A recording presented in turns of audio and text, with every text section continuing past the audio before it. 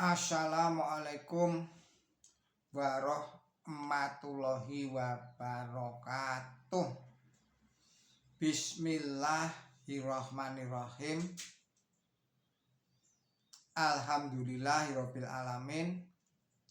Allahumma sholli ala sayyidina Muhammad wa ala ali sayyidina Muhammad kama barokta ala sayyidina Ibrahim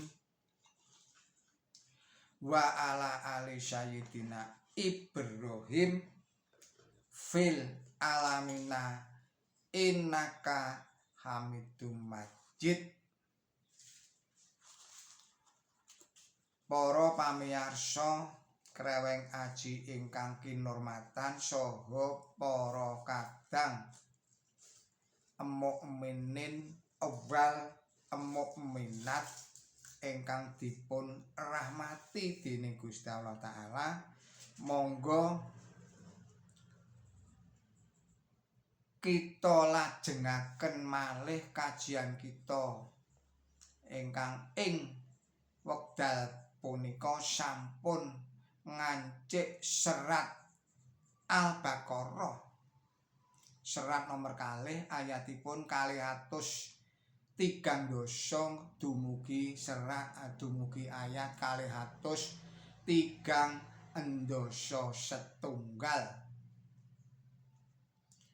Kagem para pamirsa ingkang ing wekdal punika nandhang gerah, mugi-mugi Gusti Allah Ta'ala enggal paring tamba paring usada saged seger kwarasan kados wingi uni. Dumateng para sederek pamirsa ingkang ing wekdal punika nandhang masalah ingkang awrat ingkang rumit, mugi-mugi Gusti Allah Ta'ala enggal paring solusinipun ingkang sak sae-saenipun. Ugi para kadang ingkang ing wekdal punika tanggap warsa, mugi-mugi Gusti Allah Ta'ala paring yuswa ingkang panjang, paring yuswa ingkang barokah, paring yuswa ingkang manfaat. Ugi dumateng para kadang pamirsa ingkang sampun kersa paring subscribe, paring koreksi tuwin atensinipun dhateng Kreweng Asi channel menika, kula ngaturaken gunging panuwun ingkang tanpa upami. Mugi-mugi Gusti Allah Ta'ala tansah paring dhateng kula panjenengan sedaya paring seger kwarasan, ayem tentrem kuat slamet sabar lan tawakal. Ugi paring gampang lan gampil gangsar lancar anggen kula panjenengan sedaya nyambut damel pados rejeki ingkang halalan, ingkang thayyiban, ingkang barokah, ingkang kuwatah saged turah embelawah. Mugi-mugi ugi Gusti Allah Ta'ala tansah paring dumateng kula panjenengan sedaya paring pangayoman saking godha rencananipun setan lan iblis, saking sakehing fitnahipun Dajjal Ya'juj wa Ma'juj, saking sakehing bebaya. Monggo kita lajengaken malih. Bismillahirrahmanirrahim. Fa in talaqaha fala taghillu lahu min ba'du hatta tankiha zawja ghairuhu. Fa in talaqaha fala junaha alaihima an yataraja'a indana an yuqima hududallah wa talka hududullahi yubayyinuha liqaumin ya'lamun.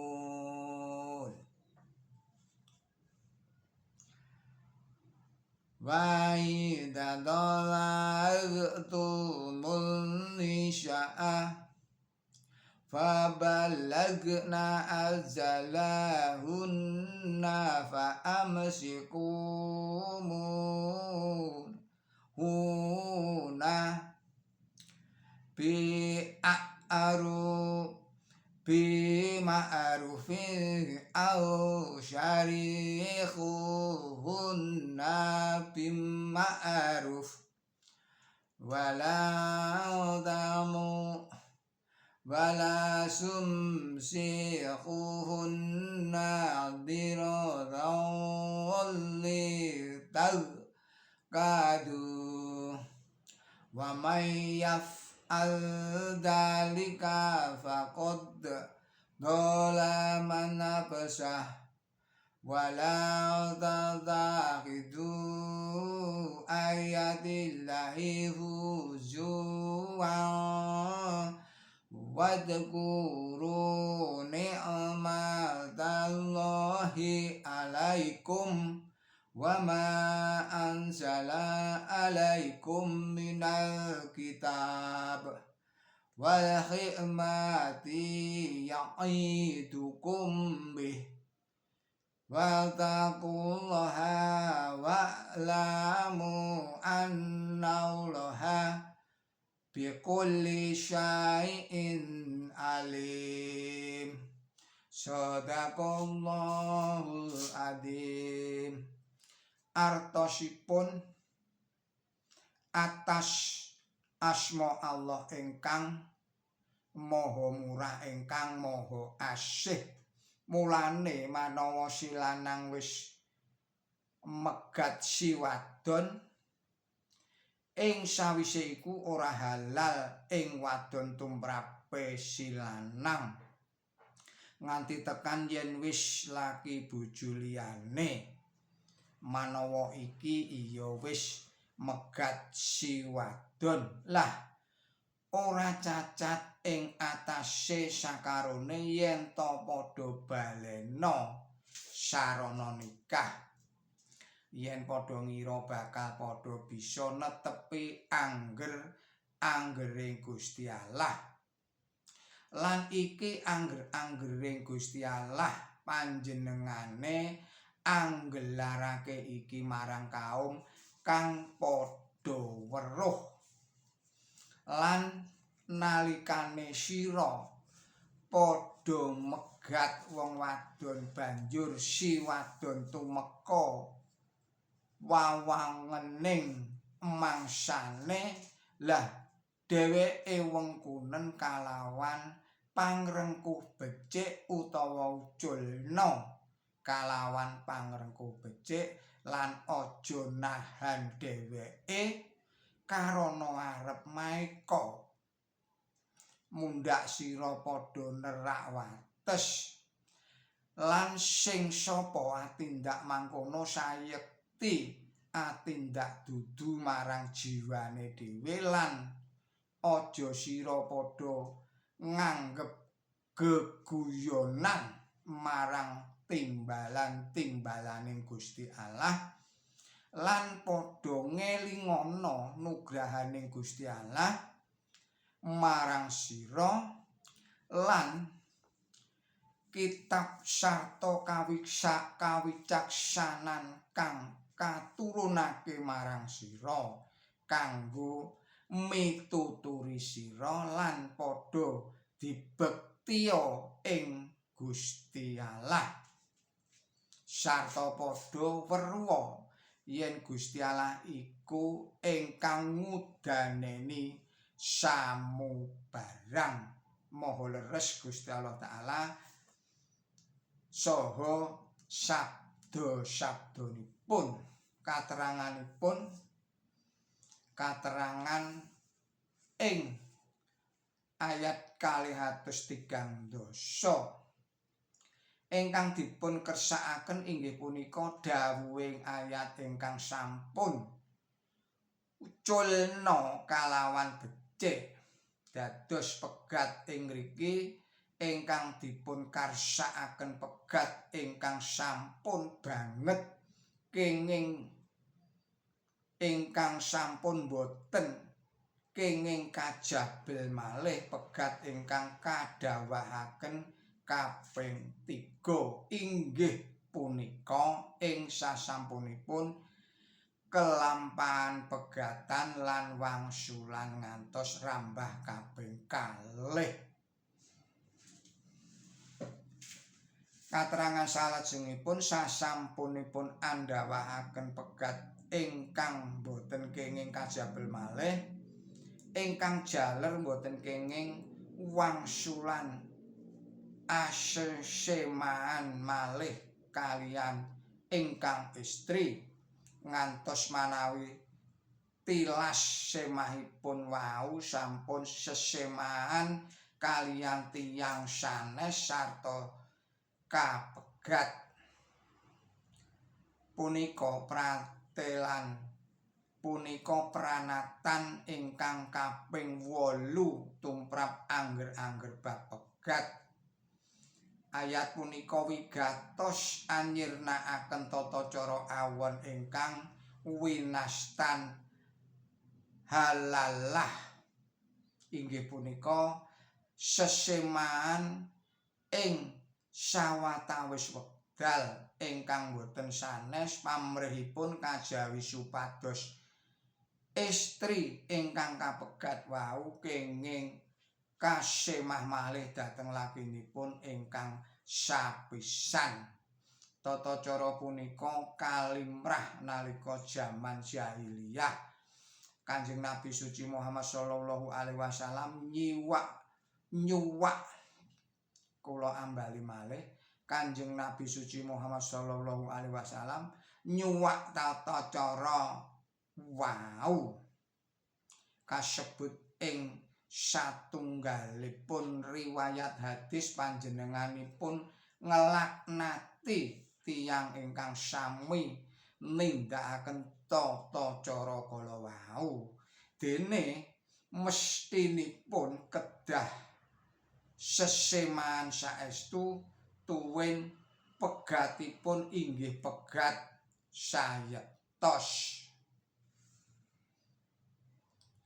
Wewales makaten wau wawates mekaten kala wau nukulaken pangatos-atos ingkang sanget manawi andhawahaken pegat ingkang kaping 3 sarta gelar yektinipun pancen langka sanget kalampahanipun dados punika ugi dados pamekak sampun ngantos asring andhawahaken pegat. Tuan Muir nerangaken menawi pranatan punika saged nuwuhaken rekaos boten namung tumrap estrinipun ingkang boten lepat kemawon ananging ugi tumrap lare-larenipun anak-anakipun ingkang boten lepat jalaran senadyan kados punapa kepenginanipun ingkang jaler badhe ngleresaken kalepatanipun pancasan ingkang sampun dumawuh mboten kenging dipun jabel malih pamanggih makaten kala wau lepat sanget jalaran kengingipun andhawahaken pegat ingkang boten kenging kajabel punika manawi sampun kelampahan pepisahan ing satawis wekdal ngantos ambal kaping 2 sarta manawi pangalaman kaping 2 kala wau sampun ambuktekaken manawi sesemaan kala wau boten saged dipun lajengaken. Perlu dipun pengeti ugi bilih pegat ingkang boten kenging kajabel punika boten kenging kadhawuhaken sapisan rampung panjagi ingkang mligi kawontenaken supados tiyang boten gumampil andhawakaken pegat sampun kasebataken. Ing mriki perlu dipun wenehi katerangan bilih pegat ingkang kaping 3 inggih punika pegat ingkang boten kenging kajabel malih. Punika mesti langka sanget kalampahanipun manawi pranatan-pranatan bab pegat kados dene ingkang katerangaken ing dalem Quran suci punika dipun tetepi sayektos. Ing hadis wonten ingkang nyebataken prakawis-prakawis pegat ingkang dumawaing pegat ingkang sapisan lan ingkang kaping 2 punika ngantos sasampunipun leg pinten-pinten taun. Upaminipun kemawon lelampahanipun Rukanah nalika jaman sugengipun Kanjeng Nabi suci Muhammad sallallahu alaihi wasallam piyambakipun megat semahipun nanging wangsulan lajeng nalika jamanipun Khalifah Umar Khalifah ingkang kaping 2 pegatan malih wekasanipun nalika jamanipun Khalifah Utsman Khalifah ingkang kaping 3 pegatan saestu. Katerangan salajengipun dados menawi tetela bilih ingkang jaler punika maeka dhateng ingkang istri piyambakipun mboten kenging mengku ingkang istri sarta ingkang istri kenging nedha pegat maeka dhateng rabinipun kenging ugi asipat umum kenging ugi paekan ingkang mengku pamrih kangge nalikung utawi ngengel-ngel ingkang istri ngantos sagedipun kalampahan angsal pegat menawi dipun estri purun mangsulaken mas kawin sedaya utawi sebagian. Paekan makaten punika asring sanget katindakaken dening tiyang Arab ing saderengipun jaman agami Islam. Dene karsanipun dawuh punika badhe nyirnakaken piyawon kala wau. Juru hukum kedah ngulat-ulataken sampun ngantos ingkang jaler migunakaken wewenangipun ingkang kalayan boten saleres-leresipun kosok wangsulipun tiyang jaler kadhawuhan mitontonaken berbudinipun dhateng semahipun ingkang kapegat sarta juru hukum kedah ngulat-ulataken menapa dawuh-dawuhipun Quran suci sampun dipun tetepi saestu. Katerangan salajengipun dawuh punika nedahaken bilih pegat punika prakawis ageng tur gawat. Mila dawuh-dawuh ingkang pranata bab punika kedah boten dipun gegampil. Cekap mekaten kajian kita mugi-mugi menika saged ndadosaken kiyatipun iman tuwin takwa kula panjenengan sedaya lan ugi saged ngiyataken ilmu tuwin amal kesaenan kita sedaya. Lepat nyuwun pangapunten.